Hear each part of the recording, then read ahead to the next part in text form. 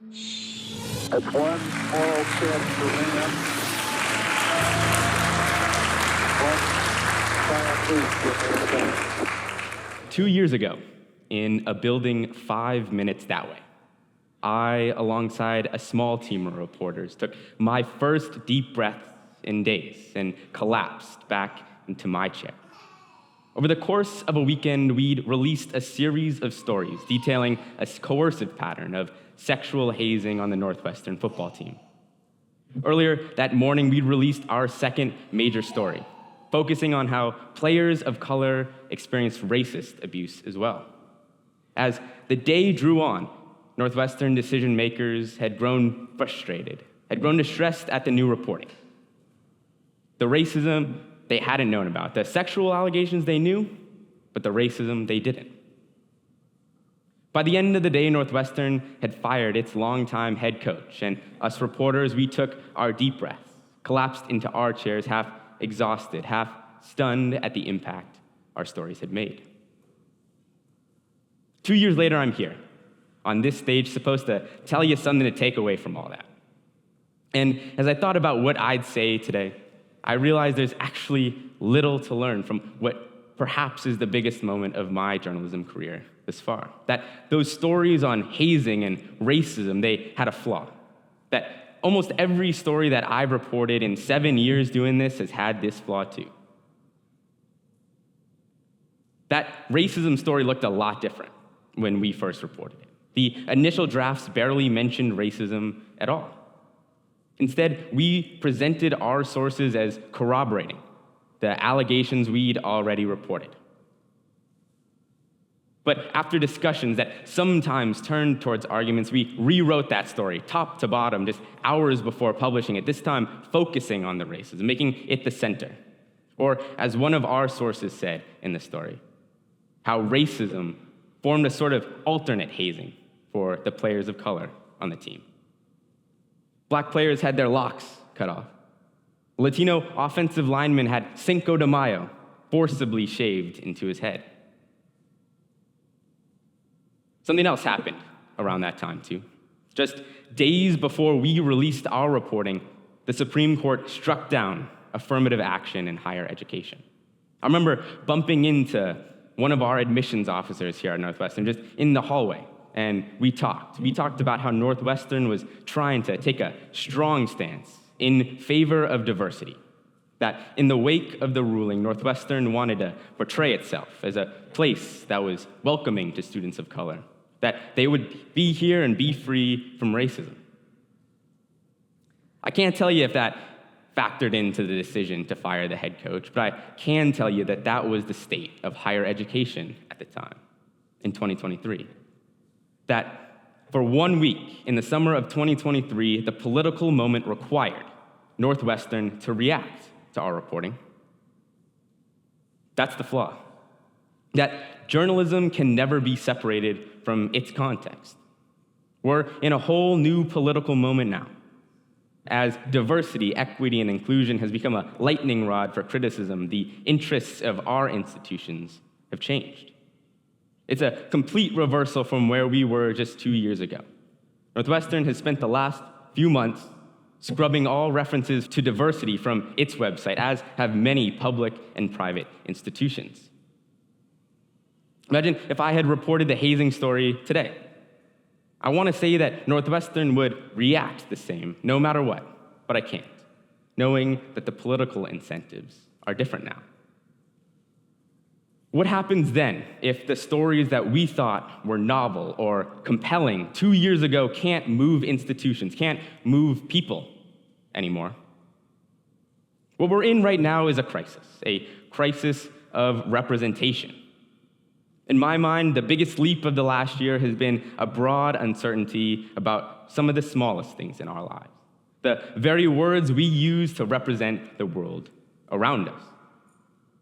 For journalists, our mission is still clear. Our ethics code requires us to still chase the stories of marginalization. Boldly, it says, to still report on the groups of people the world would rather us ignore. But it's a challenge for all of us. How do we tell stories for this political moment?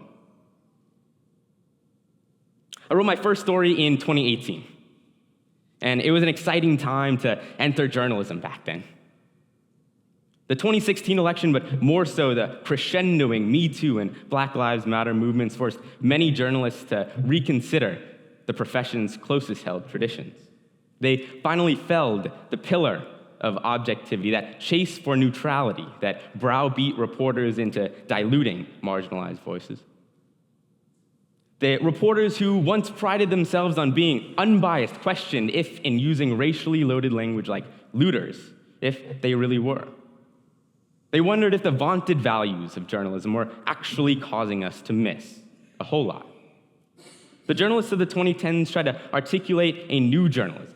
They believed and told women's stories. They made an effort to seek out and talk to more sources of color.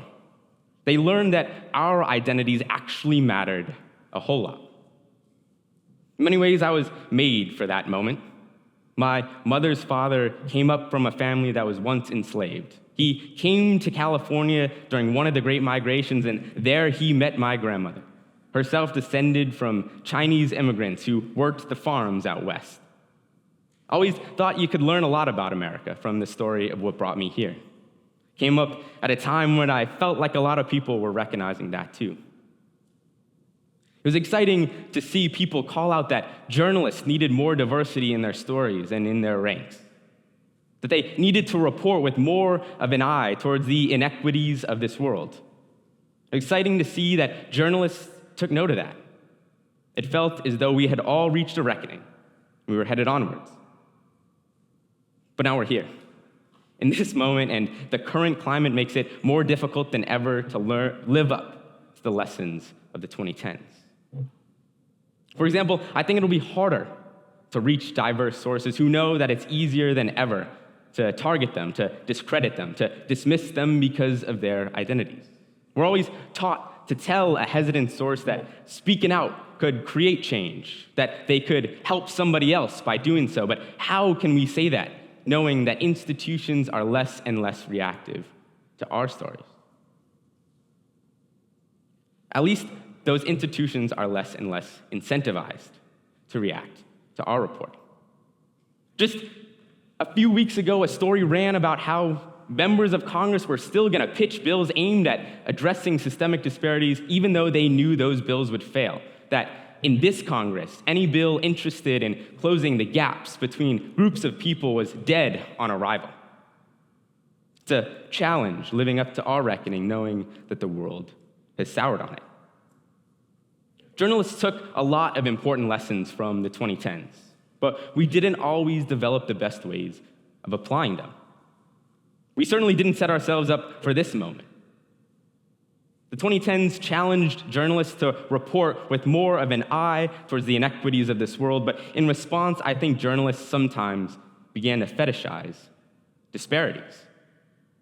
What I mean by that is we took disparities as such. As Nicole Hannah-Jones, an editor or a reporter, said, we treated them as magical, as reported them way too disconnected from the things that caused them. We would find gaps between groups of people and surround them with anecdotes about how hard it was for people to live with it. We got good at spotlighting the problem, but not at explaining it. We treated the disparities in and of themselves as the stories. A year ago, I reported a story that ran on our local PBS station here in Chicago, WTTW. I found out that wheelchair taxis were sometimes just refusing to pick up with people with disabilities like they were supposed to, just driving past them at the curb. Listen to Shernell Lane, the protagonist of that story, explain what happened when a taxi didn't pick her up. There are rats literally running past me. They don't want to stop airport runs to come pick up little old me on the south side of Chicago. That was the engine of that story, the disparity caused by the disappearing taxis. That if you looked like Shernell, if you rode a wheelchair like Shernell, if you lived on the south side of Chicago, you couldn't get to where you were going. It was a story about access and about the identities along which that access was distributed. Or, as Shernell said, I feel like we aren't seen as a whole person. It was a heartbreaking story to report, to see unfold firsthand, but my co-producer and I found a textbook way to tell it. Here's a passage from our textbook here at the nation's top journalism school. It argues that we've got to report more, be more attentive towards vulnerable groups in society. Quote, if a reader puts oneself into their situations through empathy, then one gains a better understanding. This, in many ways, is journalism's response to the 2010s. The idea that our job is to tell forceful stories of injustice, hoping to spur empathy. That if we can just show the suffering of others, if we can show it in enough color with enough dimensions, if we can simply just get people to care, then we'll have risen to the reckoning. If I can get people to feel as though they're sitting in a Chicago alleyway covered in rats with Chanel, then I'll have risen to the reckoning. I pushed play on that taxi package, and it aired on TV, and nobody cared. You see, I've always thought there was a little problem with this model. More so the idea that the disparities in and of themselves would always move people. It demands a lot from readers, especially those who aren't part of the marginalized groups we're reporting on. It demands that they give their empathy to, that they are outraged, that somebody has less access, less opportunity than them. It actually doesn't matter how forceful your reporting is, how many rats are in the alley if your reader does not want to be moved or is too scared to be moved. The assumption of this textbook was that readers would always give their empathy if shown the injustices of the world. But the last few years have shown us that that's not necessarily the case. The textbook gave us an example of what it considered to be a superb piece of journalism, an article from the New York Times from over the pandemic explaining how COVID-19 was infecting people of color at higher rates. The story opened with a moving quote about an emergency room filled to the brim with sick Black patients. It alerted us to how there was even disparity within nationwide tragedy. In other words, disparity again was the story. In the eyes of the textbook, the superb story. Journalists weren't crazy for reporting like this. This type of reporting certainly squared with calls to be more attentive towards inequity, and I think actually for a moment, seeing all of these disparities laid bare before them really did move. That cradled by Black Lives Matter and Me Too, people and institutions really raced to fix them. That when this story was published in 2020, it probably was superb, but it might not be now. That when it was published with all of its limitations, but for a moment, they didn't matter. But it's killing us now. You see, taking disparity in and of itself as the core of our stories has a problem. It frames societal issues along identity lines inherently, as one group jockeying for parity with the rest. By extension, it frames people's responses, the solutions to those problems, in those terms too. And in a Congress, in a Senate where any bill aimed at addressing the disparities of the world is dead on arrival, this isn't going to work. Even if we do move people, even if we do get them together to do something about it, we'll have blocked any pathway to remedy. It's clear to me that we're in need of something. Journalists still need to keep the lessons of the 2010s, but we need to refine the methods by which we apply them. In some ways, I think it's exciting again, this opportunity to move beyond a mode of storytelling that I think was always limited. It's at this point, after stringing you along for long enough, that I give you an answer. I give you a way to do that, a model for telling a story, and the truth is, I don't have one. Not yet, anyways. But I can see that the angles of our stories can always change, even if the goals behind them don't. Remember the racism story, how that didn't even mention racism until just hours before we published it. Or the taxi story. There was another way to tell that one too. Because the reason why drivers were refusing to pick up people like Chanel was because the city of Chicago was taking months to pay them back a subsidy for doing so. The story could have instead been more about that institutional failure. The struggles of Chanel could have been more downstream of that, in my story, not the problem itself. I'm not saying I like that, not saying I think that's good, but it is something. It does show that there are other ways to talk about the world.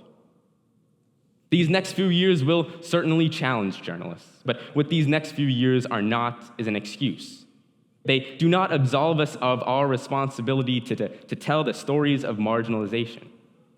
Even if the climate has grown cold, even if the institutions don't listen, even if they force us to rethink how we do it altogether, those stories still must be told. In the last decade, journalists, but really the world, went through an important reckoning, but an incomplete one. One that failed to achieve many of the things that I thought it would growing up.